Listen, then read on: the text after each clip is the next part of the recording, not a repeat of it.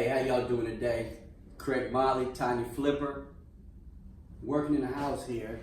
My contractor showed me something real interesting. He showed me how you can identify during a renovation if the home was a modular home. So some key points for that is the small stud. This is a small stud here. One major factor is the drywall goes across the wall on the ceiling. So if the house was framed up, the house normally gets framed up, then drywall goes on. So the drywall can't go across a top plate of a wall. What in a modular home, since everything is already built, that's exactly what happens. So we can see the drywall going across the wall on top here in the kitchen, and this was a laundry room. And I have close-ups of that for you guys later.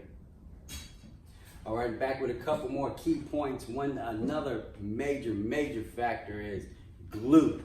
So while we're doing some new framing, you probably see some new wood over here, and we had to take the old drywall down, which really is some other type of board that they use.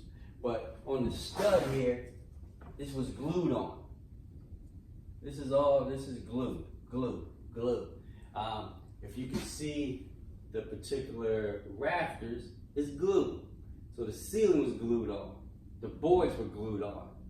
This is what I would say another telltale sign that you're dealing with a modular construction.